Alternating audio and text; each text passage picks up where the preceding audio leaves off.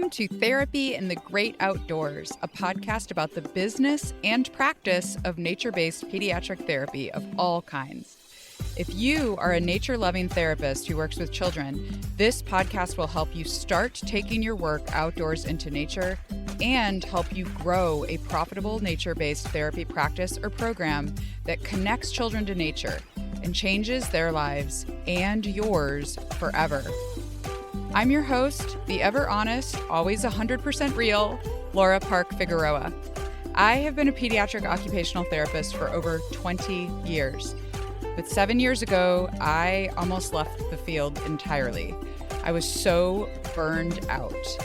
And nature-based therapy is what saved me. It reignited my love of my work, and I saw profound changes in the children that I was working with.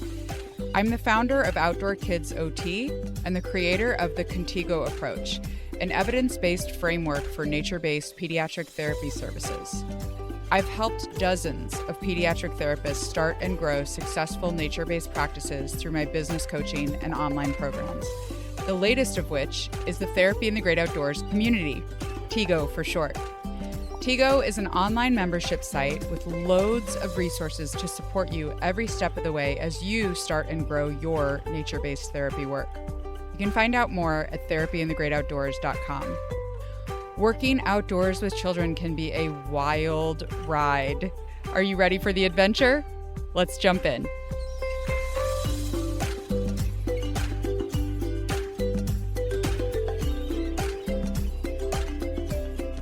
Hello, friends, and welcome to our first 10-minute takeaway. I mentioned on the last episode that I am changing the format of these research reviews that I do, where we talk about an article and some takeaways from the article to apply to our nature-based work with children. I was doing these as a 2-minute takeaway and including them in every episode, and I just found there was too much. There's too much rich literature, and I wanted to be able to talk more in depth about the articles. So now I am going to do these every other episode. But before we dive into talking about childhood nature exposure and its impact on adult mental health, I want to give you some exciting updates about the Therapy in the Great Outdoors community and what is coming down the pike. This is July of 2022. There's something hard about podcasts because when you're recording, you're in the moment, but then you know that people might listen to this a year later. So I always try to give the date anytime that I talk about something like this. So we are going to be this month in July of 2022, for the very first time, we are going to be opening the doors for the paid areas of the TIGO community. So the free areas will always be free. We have a free discussion forum, a jobs and volunteers board, a crowdsourced treatment activities area, and trainings and resources from me and a few other people in our community there for you for free. So those spaces are always there for free. But for people who want to go more deeply into nature-based practice, we have 2 different areas of the TIGO community that will be paid areas. So you will pay to get access to those, like a membership site. So the one thing that I want to say is I have changed a little bit how I am going to do this. So as you know, I am, or may not know if you're new here, welcome if you are. But if you've been following me for a while, you know that I'm super transparent about my business process and what goes on behind the scenes. And one of the things that I have to say is that this process of starting a membership site has been very challenging for me. It has stretched me in ways that I have not been stretched in many years as a business owner, because I'm really trying to think about how to give value to people and also have it work for me as a business owner with everything else I have going on, because I am still running a private practice too. So one of the things that came up for me was that even I was confused about what was going on in the TIGO community, the membership site. It's weird to call it a membership site because there are the free areas. You do have to join to be a member. So I guess I could say that. So in the TIGO community, I was even getting confused where to put what, and because I just have so many things to offer, what I've created in my businesses in the last few years, the products that we've offered, and some of those will be part of this site. And then also with my business coaching program. So I was like, what goes where and how am I going to organize this? So I think we now have a structure in place that is going to make a lot of sense and simplify things drastically. So that is always good, because if you are running a business, if you confuse people, they don't buy, right? You want to keep things in your business, even in your running your practice, you want to keep things as simple as possible. That's one reason why for the first 6 years of my business, we did not really offer individual services. We focused on groups. That was our main thing that we offered, and we do it really well. And so my sharing this setup of the Tigo community with you may help you in your own business too, to just remember, keep things simple. Simple is best. So the Tigo community will have the free areas, and then the Tigo library is what will be a done-for-you resources area. And I was using the words practitioner den, like I wanted it to be all cute, like little bears in a den together learning, but I think that's really confusing. I am keeping the business area named the business hive because I feel like worker bees make sense with working. But what I've changed is that the practitioner den will be instead the library, because that is a word that defines what it is. So the Tigo library is going to be a space with done-for-you resources to support your nature-based therapeutic work. So the business resources are not in that library. What is in the Tigo library, which is done-for-you resources only, is trainings, curriculum, camp materials, treatment plans, printables for doing nature-based therapy, things like that you can access on your own when you need them, print them out, done for you resources inside of the Tigo library. I will not be doing any live training or any live events inside of that Tigo library. The library is really just what it is. It's a space for resources. Now, in the Tigo Business Hive, which is the level of the Tigo community where you get everything in the Tigo community, you get access to the library, but you also get business coaching from me. So that is where I'm going to be running weekly business coaching calls. You will get access to my Business Bedrocks program to help you set up your business for success, and loads of resources to run a successful nature-based practice. So that is where you'll get templates, forms, spreadsheets, all the things that you need to run a business. So those two areas are coming. The Tigo library will open the cart will be open the last week in July for both of these. The Tigo library will contain those done for you resources, and the Tigo Business Hive will be where you can enroll and get business coaching from me. That is where I'm going to be showing up and really serving business owners. So that has streamlined things significantly. I hope it's really clear to you what sits where in the community. And as always, you're welcome to stay a free member forever. You don't have to join the paid areas, but I really wanted to find a way to support people who want to go deeper in this work. So that is what will be happening. The last week in July, the cart will be open. Please reach out to me with any questions you may have. You will see me promoting this on social media and on this podcast as we go. And if you're not on the email list, get on the email list. That is how you will really know, because I know we're all busy, and you can join the email list at therapyinthegreatoutdoors.com. So, okay, that's it for announcements. That took way too long. And now I'm going to dive into the article for today, which is titled Life Course Nature Exposure and Mental Health Outcomes, a Systematic Review and Future Directions. This was in the International Journal of Environmental Research and Public Health in 2021, March of 2021. So it's about a year old, very recent research. And in this article, which I have to say, I could talk for 3 hours on this article and not cover everything that they said, because it is one of those articles where you just are amazed that this type of research can even get done. There were 4 different authors working on it, and the teamwork that had to be done to get this article to publication just amazes me. So, the purpose of this article was to critically assess empirical observational studies reporting relationships between early life exposure to nature and later life mental health outcomes across all age ranges. The research questions there were 4 of them. So as I said, pretty complex research. And this article is extremely detailed in the review that they did. They followed all of the right protocols. It's a very good article. The research questions were: 1, what types of mental health benefits are associated with early life nature exposure?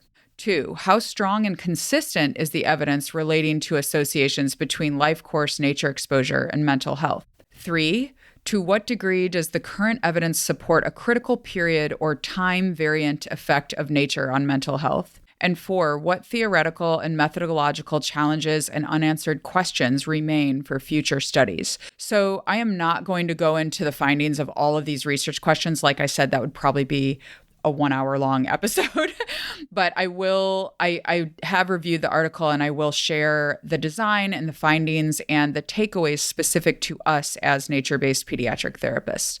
So this was a systematic review, and they focused only on studies that examined early life nature exposure and later life mental health outcomes. So interesting to us as pediatric therapists, right? Because they're looking at what we do as pediatric therapists by bringing our work into nature with children is giving them that early life nature exposure. We are layering those experiences of being outdoors, right, during our therapy sessions that children may not have had if we didn't do our therapy outdoors with them. So we're adding to their early life nature exposure by having our therapy services outdoors. Even if their family is very outdoorsy and takes them outdoors, we are adding to by having our sessions outdoors. Okay, they included 29 studies. And the interesting thing is that these were primarily longitudinal and cross-sectional studies with a retrospective measure of childhood or lifelong nature exposure. So many of these studies included large numbers of children that they tracked for many, many years. There were 3 categories of measure of nature exposure. So those 3 categories were the availability of nature, so the density of the tree cover, the green areas near a child's house, things like that. And then the second category was frequency of nature exposure, so the duration of their exposure to nature, and that was usually self-reported. And then the third was quality. The quality of the nature areas, right? The quality of the nature experiences. And those were self-reported as well, or they used neighborhood audit tools, which were less common. The quality measure was a little less prevalent in the studies that they reviewed. Most of the studies looked at availability of nature and the frequency of accessing that nature during childhood.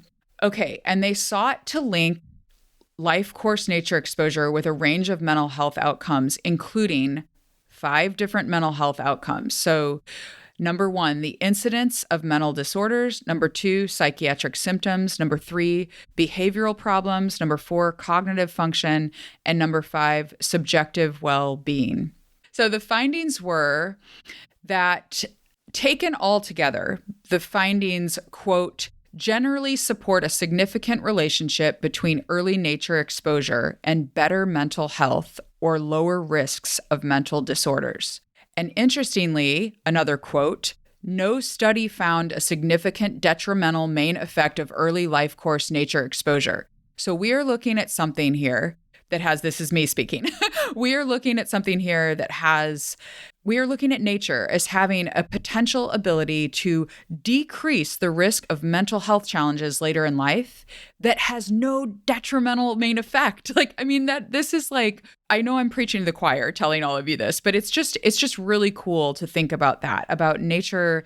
You know, most of the research has found actually, I haven't seen in any research a detrimental effect of being outdoors with children, but also the fact that it can have such a significant relationship to mental health and adulthood is just so cool in a study that was as robust as this. They did mention, however, quote, the total number of studies is small. Evidence pertaining to each specific mental health outcome is limited. So what they're saying here is that those 5 areas that I just mentioned, the incident of mental health disorder, psychiatric symptoms, behavioral problems, cognitive function, and subjective well-being, when you look at each of those individually, because the number of studies is small, it's hard to say individually, and I'm going to go through each of those.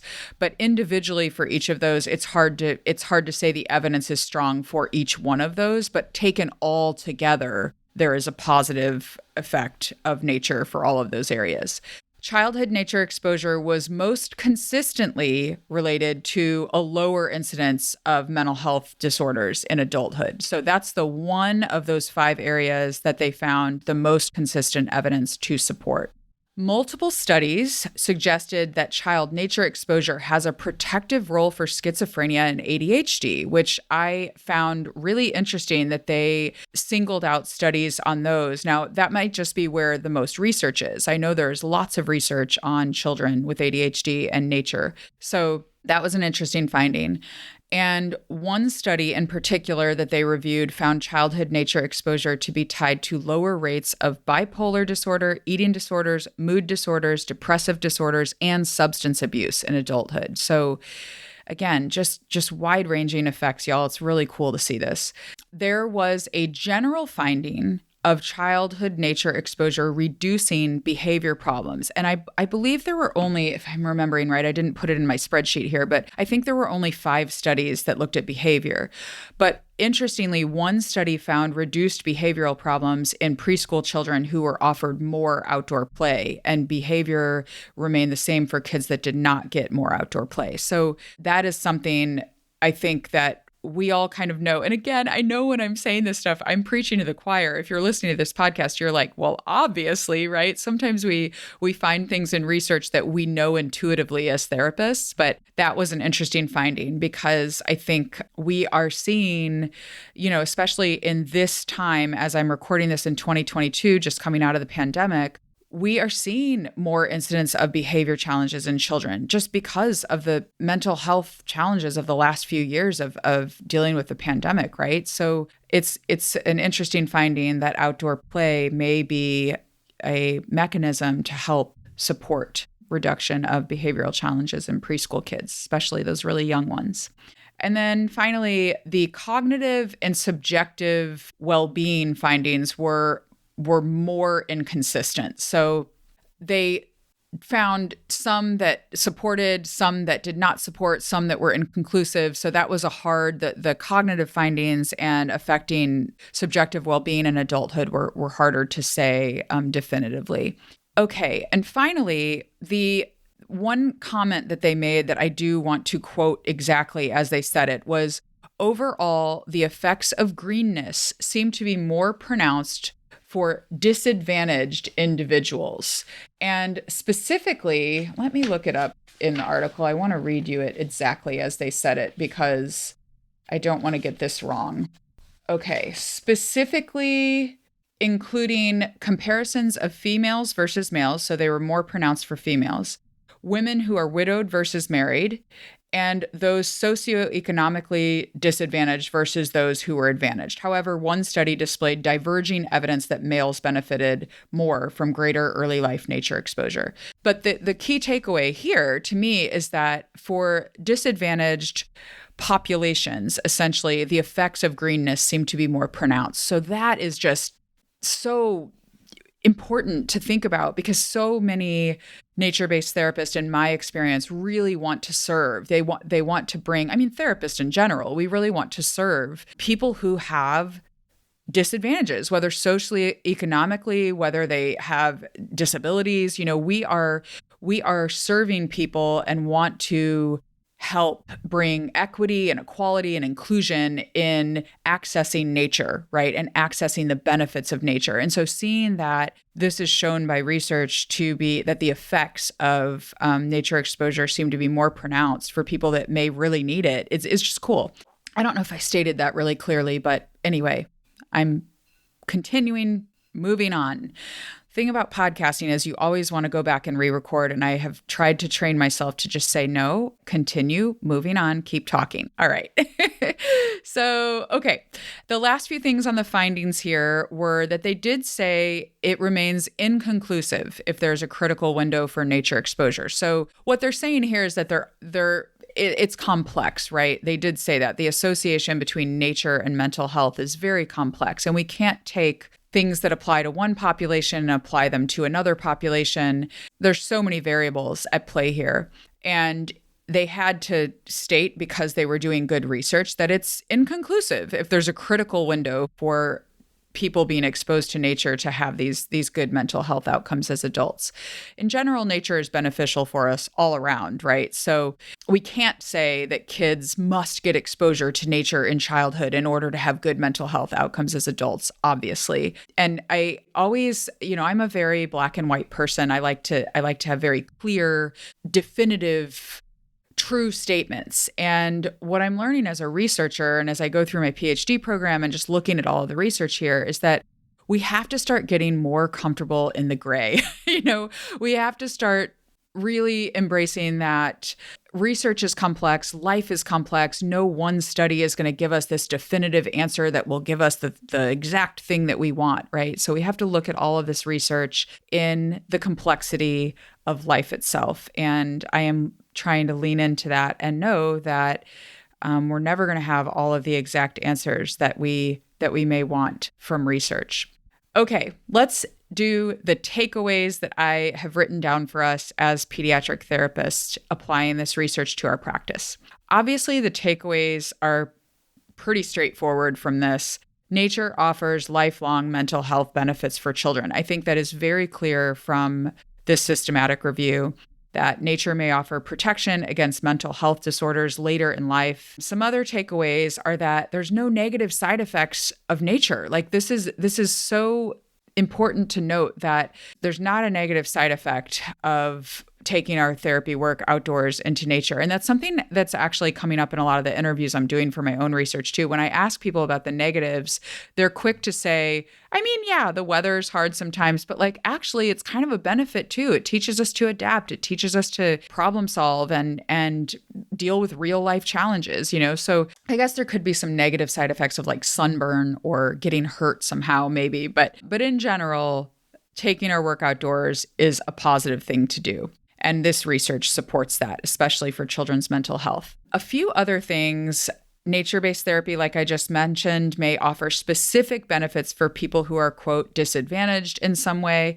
And then finally, nature may offer a space for children to engage in therapy with less behavior getting in the way of their participation in the therapy process. And again, this is supported by, my research is not published yet, nor is it written up, but what I'm seeing in the interviews that I'm doing is that therapists often report that there does seem to be less of a quote unquote power struggle, to get kids engaged or coaxing kind of to get them engaged in the therapy activities that we have in our sessions when we are out in nature. And so this research seems to support that nature has this research seems to say there's some limited evidence. There weren't a ton of studies included in this that focused on behavior, but it does give some limited evidence to say that nature may be a space where we might see less behavior challenges. So that is it for today. I hope you got some encouragement from this article that what we do in our work in nature with children is so supportive to their long-term health and well-being throughout life. That is one of the most powerful things about nature that I just love. So thanks for listening today, and I will see you next week. Thank you so much for spending time with me today, exploring therapy in the great outdoors.